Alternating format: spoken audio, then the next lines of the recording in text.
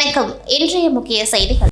புதுச்சேரி நயினார் மண்டபம் அருள்மிகு நாகமுத்து மாரியம்மன் கோவிலில் ஆடி மாதத்தை முன்னிட்டு நடைபெற்று வரும் செடல் திருவிழாவின் 9வது நாள் நிகழ்ச்சிகள் நேற்று கோலாகலமாக நடைபெற்றன. இதில் ஏராளமான பக்தர்கள் கலந்து கொண்டு பல்வேறு வகையான நேர்த்திக் கடன்களை செலுத்தினர். திருவிழாவை ஒட்டி பக்தர்கள் காவடி எடுத்து வந்ததுடன் அலகு குத்தி கார், பேருந்து, மினி லாரி, ஜேசிபி உள்ளிட்ட வாகனங்களை இழுத்து தங்களது வேண்டுதலை நிறைவேற்றினர். தொடர்ந்து அம்மன் தேரோட்டம் முக்கிய வீதிகள் வழியாக நடைபெற்றது.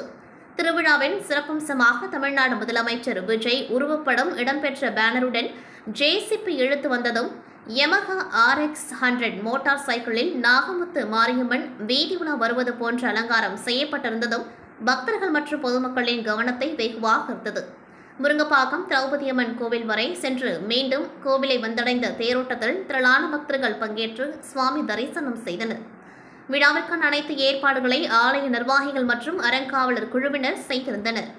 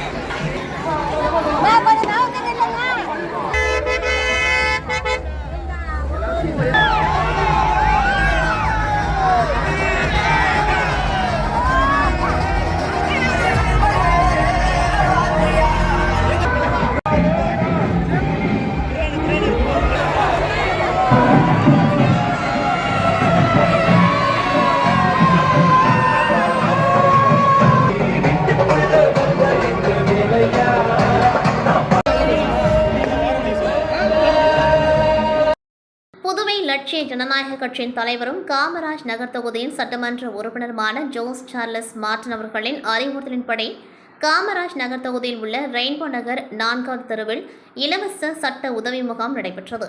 இந்நிகழ்ச்சியில் சிறப்பு விருந்தினராக முன்னாள் MLA ரிச்சர்ட் ஜான்குமார், மாநில பொதுச் செயலாளர் வழக்கறிஞர் பிரபாகரன், வழக்கறிஞர் அணி தலைவர் வழக்கறிஞர் ராஜபிரகாஷ் ஆகிய தலைமையிலும் லட்சிய ஜனநாயக கட்சி செயலாளர் ரவி ராஜாராம், அனிதா, தொகுதி தலைவர் கோகுலகண்ணன், வார்டு தலைவர் NR சுரேஷ், மூத்த ஆலோசகர் ஜெய்சங்கர் ஆகியோர் முன்னிலையிலும் இந்நிகழ்ச்சி நடைபெற்றது.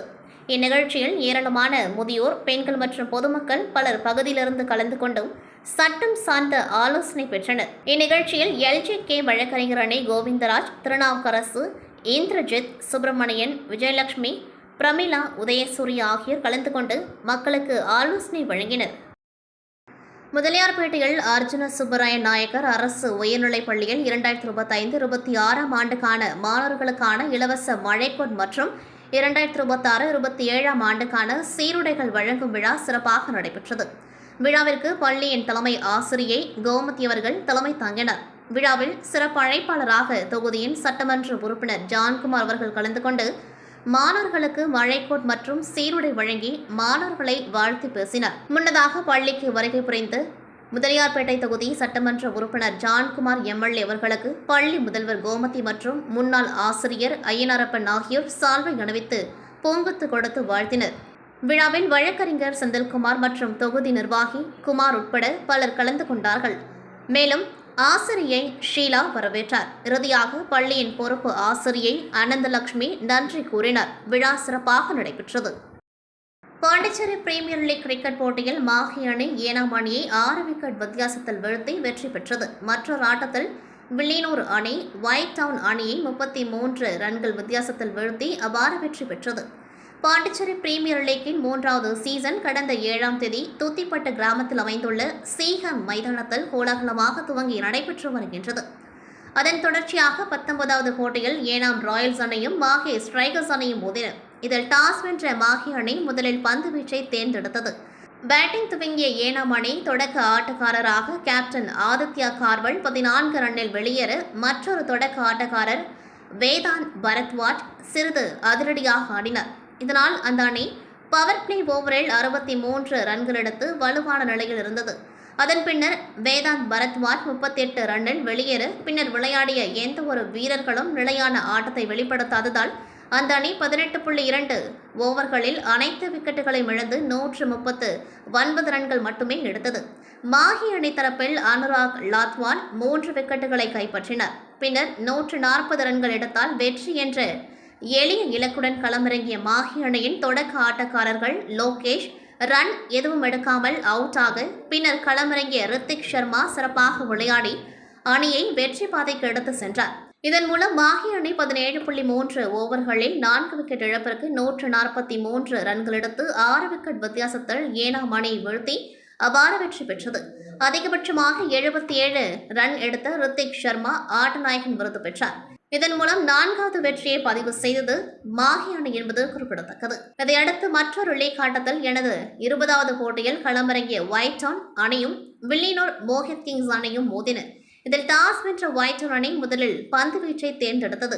பின்னர் பேட்டிங்கை துவங்கிய வில்லியனூர் அணி 20 ஓவர்களில் 5 விக்கெட்டுகளை மட்டுமே இழந்து 187 ரன்கள் எடுத்தது. பின்னர் 188 ரன்கள் எடுத்தால் வெற்றி என்ற இலக்குடன் களமிறங்கிய ஒயிட்டவுன் அணி 20 ஓவரில் 9 விக்கெட்டுகளை இழந்து 154 ரன்கள் மட்டுமே எடுத்து தோல்வியடைந்தது. இதன் மூலம் வில்லியனூர் அணி 33 ரன்கள் வித்தியாசத்தில் அபார வெற்றி பெற்றது.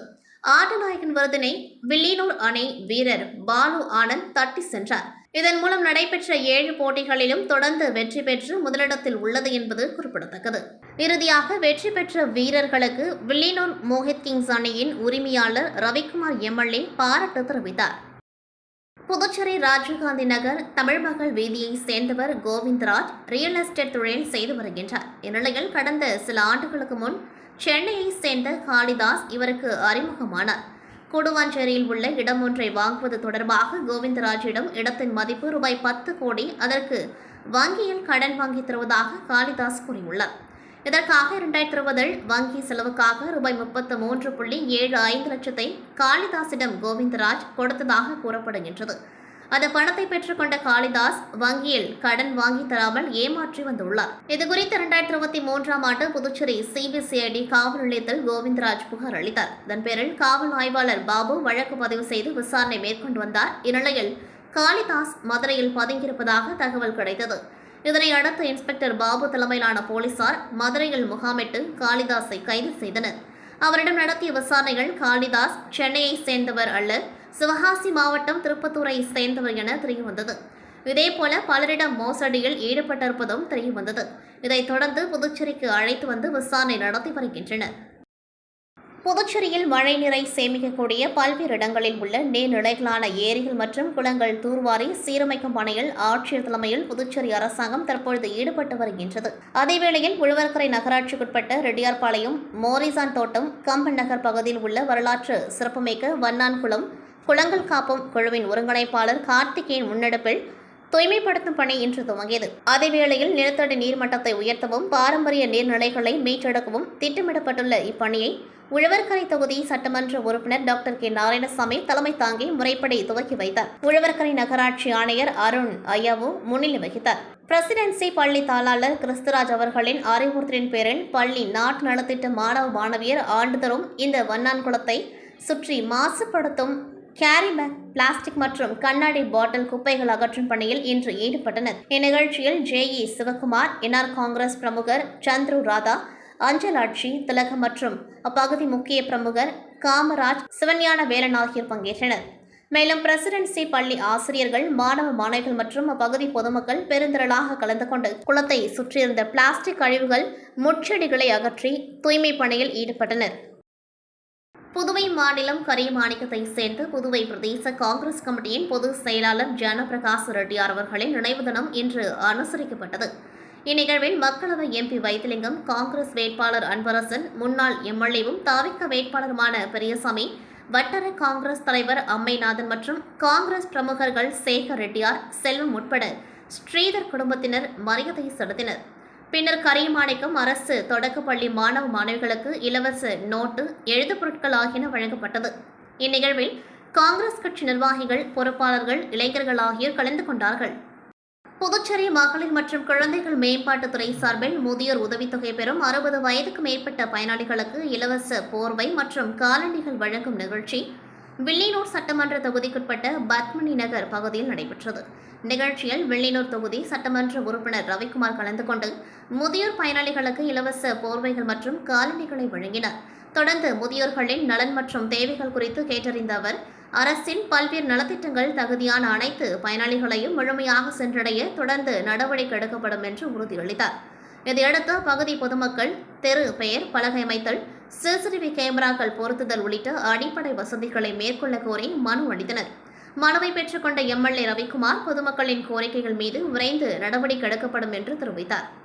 இந்நிகழ்ச்சியில் மகளிர் மற்றும் குழந்தைகள் மேம்பாட்டுத்துறை அதிகாரிகள், அங்கன்வாடி பணியாளர்கள், என்ஆர் காங்கிரஸ் நிர்வாகிகள், கூட்டணி கட்சி நிர்வாகிகள் மற்றும் பொதுமக்கள் திரளாக கலந்து கொண்டார்கள். தமிழ்நாடு கறிக்கோழி உற்பத்தி நிறுவனங்கள் கோழிகளை ஏற்றுமுறை தீவனம் வழங்கும் புதிய நடைமுறைக்கு புதுச்சேரி அனைத்து கறிக்கோழி மொத்த மற்றும் சில்லறை விற்பனையாளர்கள் சங்கம் கடும் எதிர்ப்பு தெரிவித்துள்ளது. சுல்தான்பேட்டையில் நடைபெற்ற ஆலோசனைக் கூட்டத்தில் இந்த முடிவால் வியாபாரிகளுக்கு நஷ்டம், இறைச்சி தரம் மற்றும் பொது சுகாதாரம் பாதிக்கப்படும் என குற்றம் சாட்டப்பட்டது.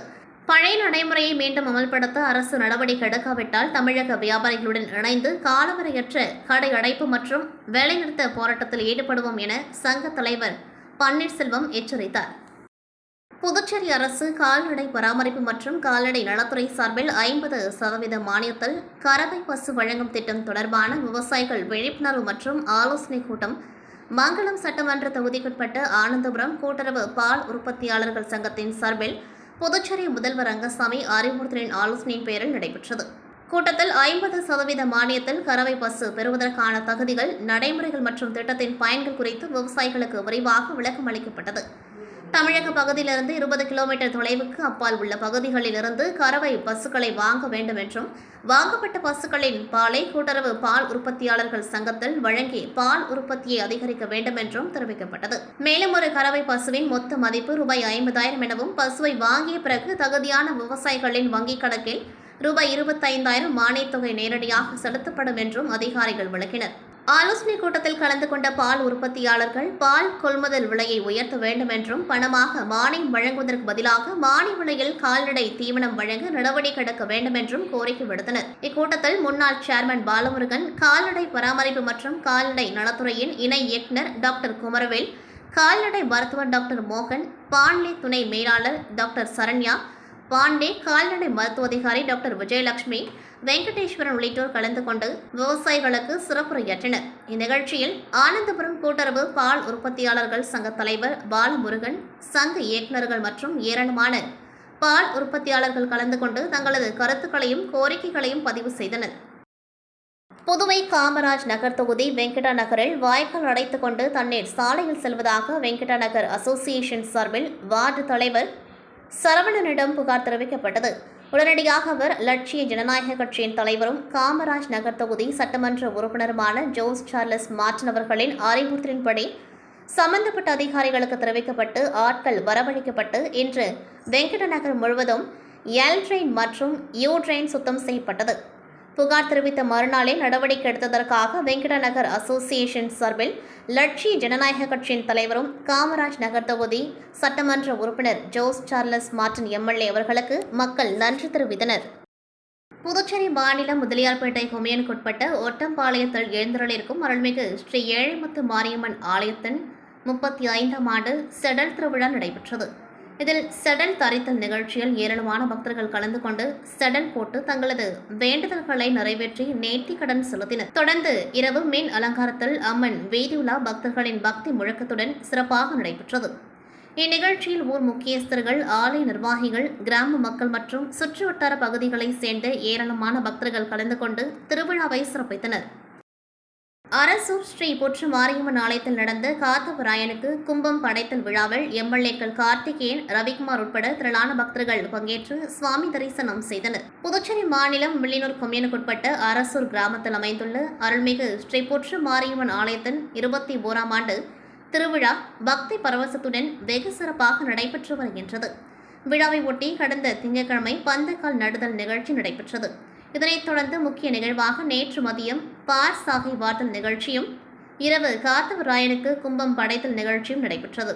பின்னர் மின் அலங்காரத்துடன் சுவாமி வீதியுலா நடைபெற்றது. இந்த நிகழ்ச்சியில் சட்டமன்ற உறுப்பினர்கள் கார்த்திகேயன் மற்றும் ரவிக்குமார் கலந்து கொண்டு சுவாமி தரிசனம் செய்தனர். விழாவில் அரசூர், குளத்துமேடு உள்ளிட்ட சுற்றுவட்டார பகுதிகளைச் சேர்ந்த ஏராளமான பக்தர்கள் கலந்து கொண்டு அம்மனை தரிசித்து அருளாசி பெற்றனர். இத்துடன் செய்திகள் நிறைவடைகின்றது. நன்றி, வணக்கம்.